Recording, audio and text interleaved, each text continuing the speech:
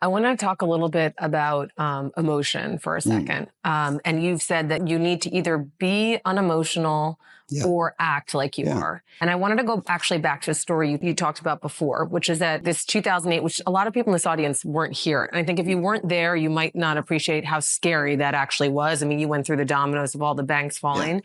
But were you scared when you and Bruce were putting the capital to work? How did you, or if not, how did you keep yourself from being emotional? Well, first, let me say, if you think about the norm, what happens? Things are going well. The economy is performing well. Companies are reporting good earnings. Stock prices are rising. Everybody's optimistic.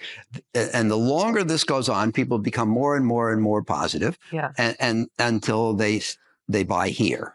And when they run out of money, then things turn around. Then eventually the economy weakens, then the corporate profits aren't so good, and stock prices start going down, and people start losing hope. And as this continues, they get more and more depressed and more panicky, and they start fearing further losses until they sell out down here. In other words, they tend to buy more here and sell more here, which is the opposite of what we all should do. My mother said, Howie, buy low, sell high. And emotion is our enemy. Emotion tends to get us to do the wrong thing at the wrong time.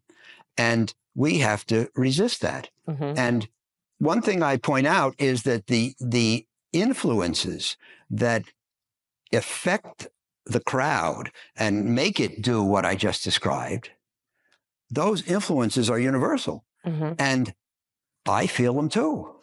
And you feel them too, and everyone in here. We read the same newspapers. The news is the same for all of us. In order to outperform, by definition, you have to depart from the crowd.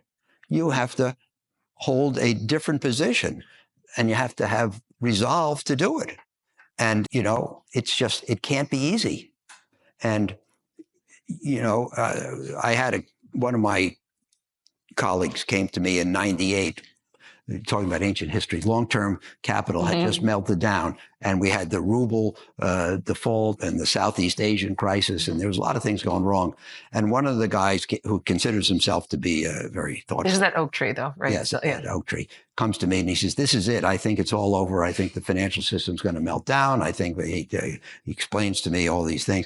And I said, great. Thank you for sharing that with me. Now go back to your desk and do your job. I said, a battlefield hero is not somebody who's unafraid. It's somebody who's afraid, but he does it anyway. I mean, if you're in scary circumstances, to be unafraid, you kind of have to be a nut. But the key is, can you be afraid and do your job anyway?